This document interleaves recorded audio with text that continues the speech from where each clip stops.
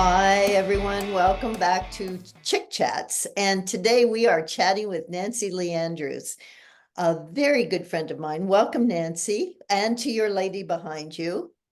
Oh, thank you. It's so good to be here for Chick Chat. I thought you were talking about my dog. She just went out. Oh, no, I meant the lady in the hat. Oh, yes, my girl here. My girl. Yeah, she looks Oh, here we lovely. go. Yes, there you go. Good one. Yeah, So she's got a couple of great hats on. it's great to have you. Just for a little background, Mhm. Nancy and I met in, what was it, 70? 3, 73, yeah, probably after the Stones tour. Yeah, sounds about right. yep, 73. 73. I I Stones, just came to LA. right. So what were you doing? Where'd you come from and what was going on? Kind of background. Give us, if you don't mind, a little background. Okay, I was coming from Oklahoma, from your old stomping grounds with Leon, with the same rock and roll family, only I was with Carl Radel, Bless his and heart. we had broken up. And then um, I said, well, I don't want to go to New York. I'm just going to go to LA. I stayed with David Anderley and his wife for a couple of weeks. And then I met you. I'm trying to remember where we met. With Carl. Probably with Carl or Undoubtedly, it something. was probably with At a Carl, Leon concert or something. something like that. Mhm. And I remember we talked. You were still in New York at one point when we were talking. Were you working for That's David long. Bowie?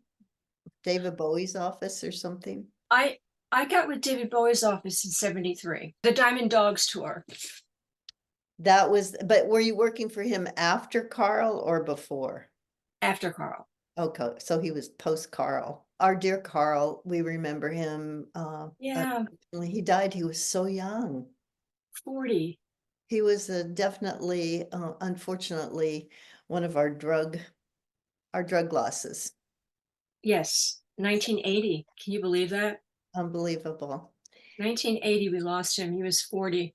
That's So he amazing. would have been 80 this June. Well, some of our other friends are in their 80s too. Hard to believe. Isn't Patty's birthday coming up or has she just had it? Patty's birthday is in 2 days. And I don't know if she'll want us to say that she's turning 80, but oops, it's done. It's everywhere. It's every she, she's We're, the crowning jewel on the Muse crown. She she can't deny anything. Everything's out. and she looks great for 80. I mean, if you think about it, and if someone had told us back in the day that we would be in our 70s, some of us are still, and we didn't look like decrepit old people in these big shoes and long dresses, I wouldn't have Yeah, believed it. It's unbelievable, isn't it? yeah. We're not wearing muumuus, that's for sure. I would love a muumuu. Well, it has their place. I'm going to a thing on Sunday and I'm thinking, I had this really pretty flowy boho dress. Maybe I'm gonna wear it with a pair of Uggs or something. I don't know. Yeah, Stretch pants underneath it. back to the old. You never were a hippie, as I recall. No, No. So no, anyway, I don't think I was. Mm-mm. you came to LA. You stayed with me for a while. You moved into my I dining did. room. I moved into, you had that upstairs, downstairs, great mission Spanish, in one of those Spanish garden complexes, and you gave me the dining room. And I remember I put up an antique lace bed cover, bedspread, and made like a little sexy little thing around my bed. So when you walk back and through, in the nighttime, at least I had some film of privacy. Well, I had to go through your room to get to the kitchen. That's So right. it was I, kind I of, was the dining room. you were the dining room. Oh, how times have changed, the things we did then. And then from there, if I recall, you went on to work for Lou Adler. I did. I went on to work for Lou. And who were you working for back then? Your hair was bright red. I should have been working for David Bowie, but I was not. I was working, it could have been at Journeys Far and Near when I was doing the travel agency thing. I, Okay. I think it was in between the Stones and then my touring. Yeah. In fact, it Yeah. was because I went out with CSNY right after not long after you had moved into your other new place or something. Well, then David Anderle got me in to see Lou Adler, and Lou Adler owed records. We had Cheech and Chong, Stefano and Gia Morisi, somebody other, and Carole King was still going on there. Uh, uh, some great jazz players. And then he said, I bought the building next door to the Rainbow. And he said, we're going to call it on the Roxy. So I was there while we were building the Roxy and building on the rocks, his little private living room upstairs. I guess he opened it with, he went to London with his then woman, Britt Eklund, and who they had a son with. And they saw the Rocky Horror Show on the West End. And he talked to Michael White, Chalky White, and he said, let's bring it and open up the Roxy with it. I had no memory of that. That's Yeah. amazing. So he brought Broadway to LA and opened up the Roxy. The guy who handled all the music, because it was all like synthesized, a little bit of horns and stuff like that, was David Foster. Little David Foster was up in a perch up in the corner with a moog and a whole thing, just like, like Phantom of the Opera, doing all this music. And all he kept, I go up and I go, what do you want, David? What do you want? He goes, just keep the Coca-Colas coming. And I go, okay. Oh, nice. He was a sugar junkie. Oh, that's interesting. I didn't realize he was part of that. Oh, I love hearing these stories that I don't remember. Yeah, David. And the guy who was the stage manager was Brian Avnet. I don't remember him. Brian and David went on to create 321 Records. And Brian just went on to manage, oh my God, everyone. He still manages Josh Groban and the Manhattan Transfer and all these people. Amazing. Bette Midler at one time. That was the interesting thing about those times is we were all just trying to find our footing anyway. So people were at the beginning of their careers that then just did amazingly well. Chris, we were in our mid-20s. Yeah. We were like 24, 25. Yeah. I had just come from London not that long ago. I don't think. Yeah. A couple of years. Did you continue working for him then? For I Lou? continued working for Lou until a dear friend of mine, Cherry Vanilla. I don't know if you ever heard of Cherry Vanilla. I remember her, yeah. She was a wild child. I knew her when she was Kathy Doherty from the Queens. Cherry called me and she said, look, I'm working with this guy, Tony DeFries, and he wants to do this big tour with a guy named David Bowie. She said, he's not, Cowboy Hats and Fringe. And I said, oh, how cool. She said, go and have a meeting with him. He's at the Beverly Wilshire Hotel. So I went and had a meeting with him, Englishman, Savile Row, very, very big cigars. He was sort of like a really good looking Alfred Hitchcock in a way, he waddled like a penguin but he was brilliant. And he said, I want to break David into America like nobody else. He said, we're doing theater rock. He offered me, he said, I'll double whatever you're getting from Lou Adler. Because he heard about me through Cherry. And also I handled the whole after party and I was Tim Curry's go-to girl. And I was like one of the girls that just helped make everything go for Lou. So I'm thinking he'd double my salary. Lou is such a cheap ass. I hope you're listening, Lou. Lou was only paying me like $115 a week. Oh God, we worked for nothing back then. David Anderle said, take the job. He said, everybody comes through Lou's office and you'll find out who the fuck is who in LA. He said, do you need the money? I said, no, I got some money in the bank. He said, take it and just sit tight. I don't know. He said, well, what's Lou paying you? And I said, a week. And I said, 2.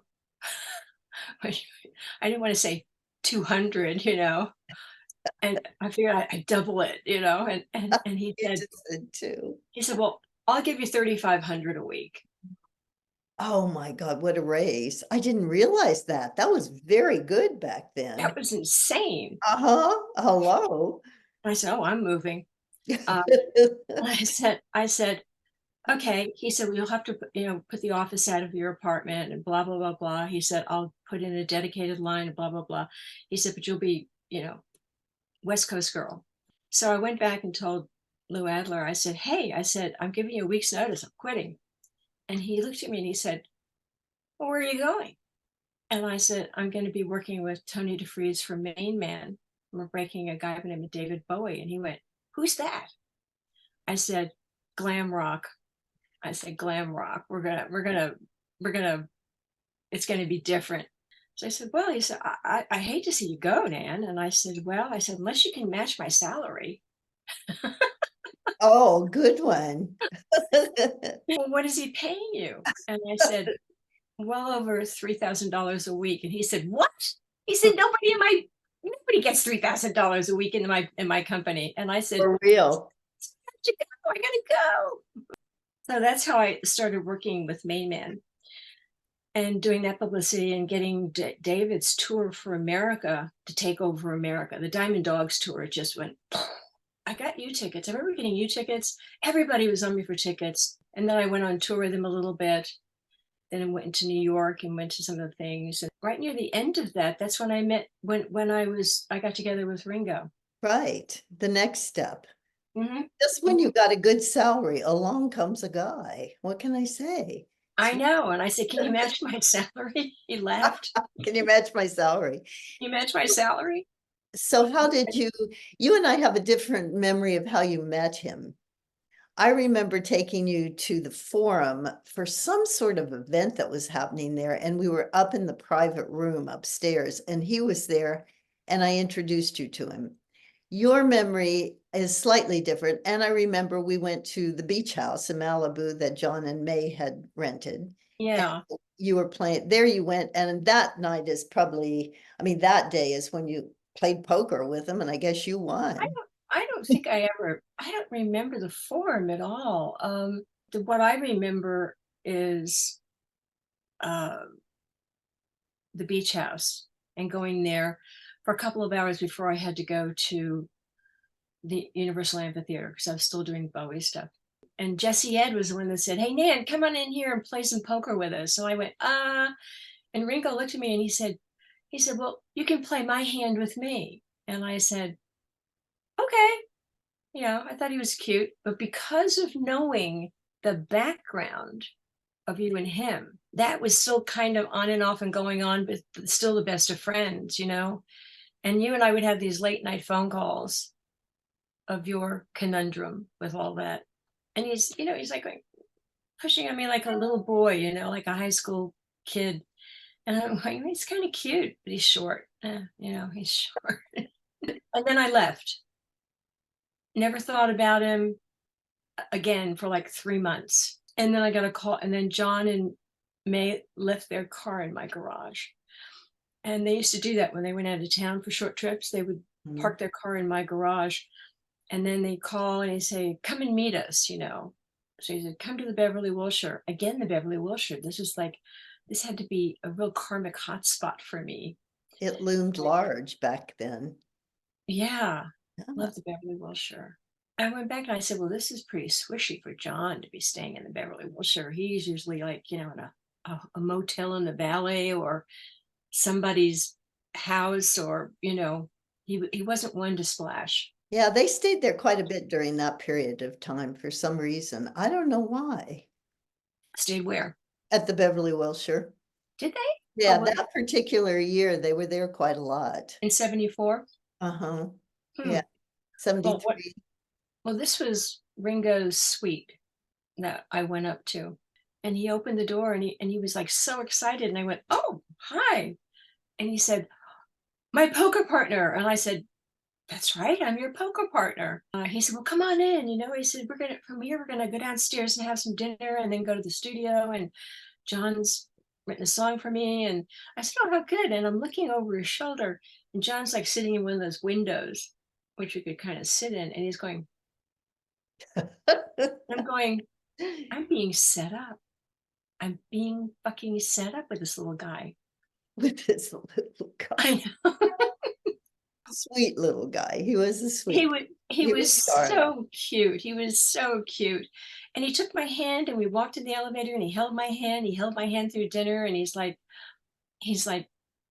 snuggling up to me, and I'm looking at John, I'm going John's going, "Oh," and May's going, and then May went to the bathroom, and May said, "He's been driving us crazy for 3 months about you, asking questions, when's he's gonna meet you, blah, blah, blah, blah, blah." And I said, "Really?" She said, "Yeah." He said, "I wanna meet Nancy, I wanna meet Nancy," and I went, "Oh, wow, okay." That was during the time, just to clarify, that he and Maureen had split up. Mhm, mhm. So they had split up. I think they'd kind of gone back to, he'd gone back and came back again to LA. He just, it looked, Yeah, it's on its over, basically. it was over. I think it was over when he walked out the first time. You were such a great friend to him, Chris, and a soft place to fall.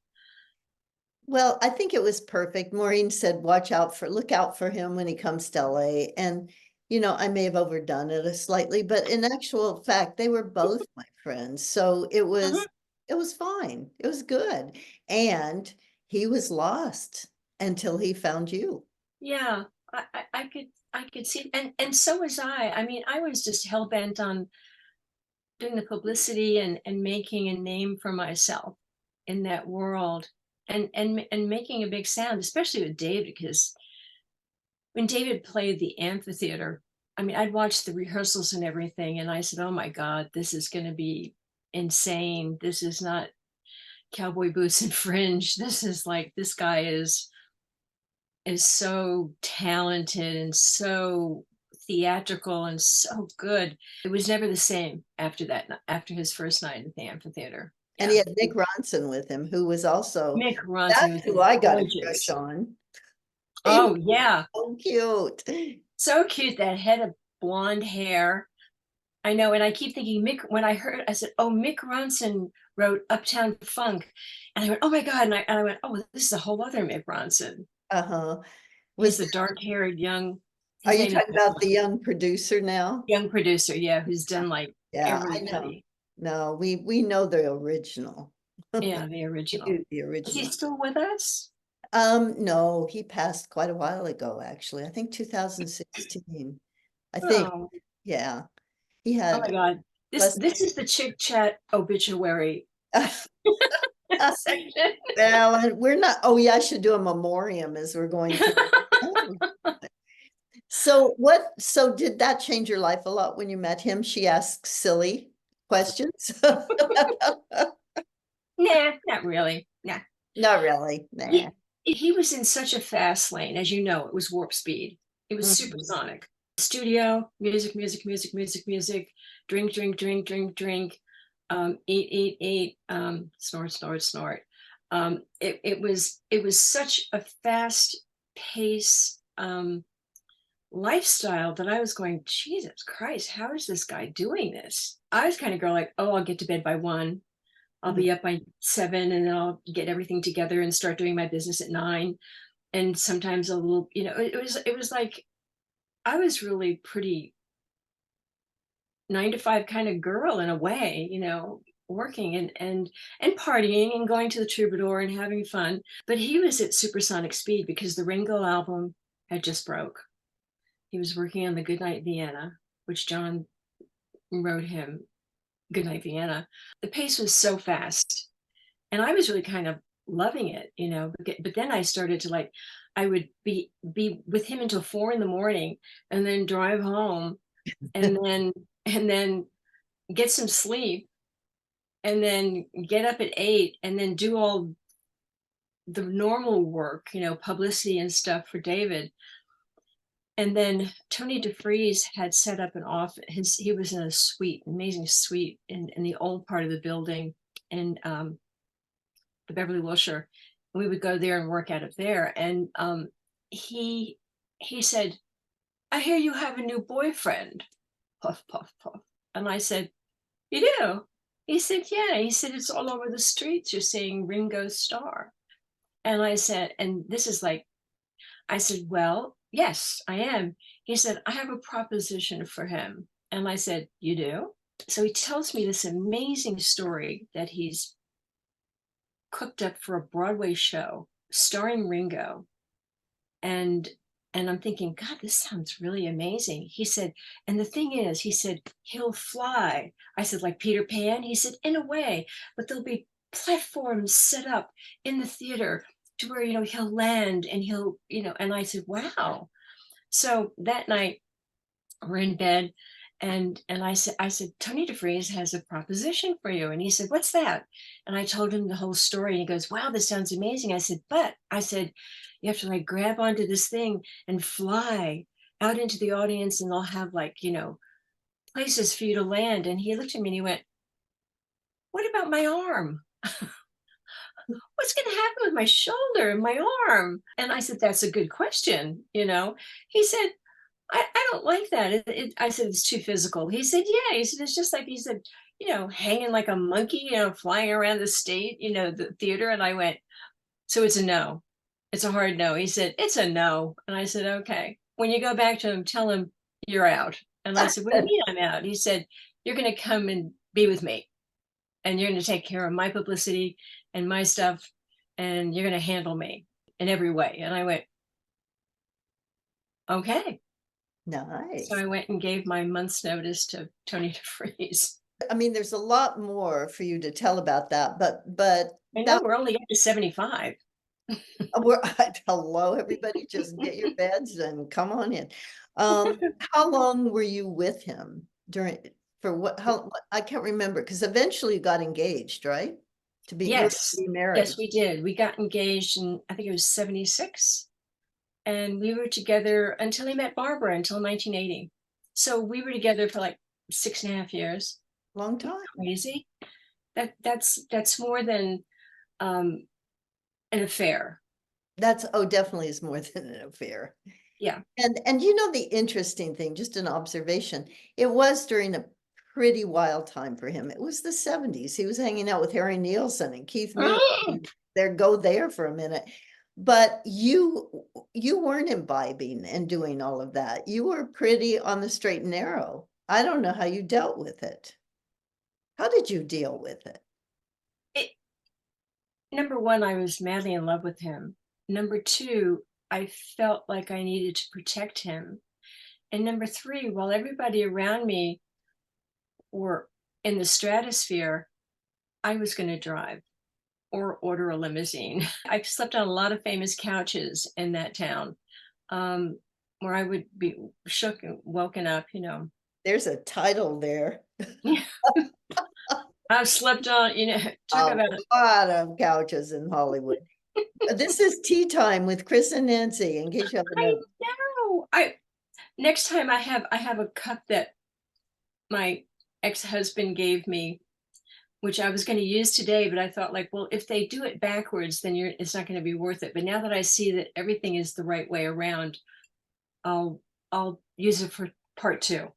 This was my sister's left-handed cup. She's left-handed. Hmm. So cute on her side, dull on mine. Anyway, the thing is that I don't want to forget, and I want to make sure we cover this if it's not in this time, the next time, how you as a photographer have also, you've had a whole career as a photographer and like taking some of the most important photos in country music. Oh, thank you, darling. Yes, I think cutting my teeth in Manhattan with Eileen Ford Agency and being around all those great photographers, being really close with Milton Green, who saw my interest in the other side of the camera so much, who gave me a camera, which I still have, and shot most of Dose of Rock and Roll with it, my homage to the 70s and all of us young cannibals. With Richard, he saw that I was pretty good and had an eye. And so he said, well, I need a headshot for the new record. And I said, okay, who you want to call? Should we call, and he said, you take it. Come on. He said, let's just go out here in the yard and take it. And I said, okay, I can do that. And we went out there, and I started taking his headshots. A couple of album covers I did. When you talk about Richard, Which I mean Ringo. that you mean Ringo, that's what you Yeah, call I'm sure you would call him Richie, you know. No, I call him Ringo. Yeah. I mean, I would, yeah, that's what the other Beatles called him. Yeah, I found a distinct he had a double personality. I found a distinct difference between his given Christian name and Ringo. Ringo was sort of a lovable asshole, and Richard was a really nice guy who loved being at home, who liked reading science fiction, watching the TV. But when he put on that Ringo hat, it was like, "Whoop, showtime." He used to say, "Cuckoo." Exactly. I remember this. He loved this one. Yeah, "Cuckoo, cuckoo." Yeah. So I said, I want to call you by your God-given name. Richard sounds more powerful to me than Ringo. And he said, I love that. He said, a lot of my close friends call me Richie. He said, but he said, no one's ever called me by my name, Richard. And I said, well, to me, you'll be Richard. So when he would act up, like he and Harry would get together and they'd act up like coked up cowboys dressed up like Cub Scouts. I would say, oh, Ringo, Ringo, excuse me, Ringo. And he'd say, excuse me, gentlemen, I have to answer her. Because Oh, he would be yeah. getting gnarly, That you was know. his mama name. That's right. I would say, it's sort of like, John George, you get right over here right now, Richard Parkin Starkey, get over here.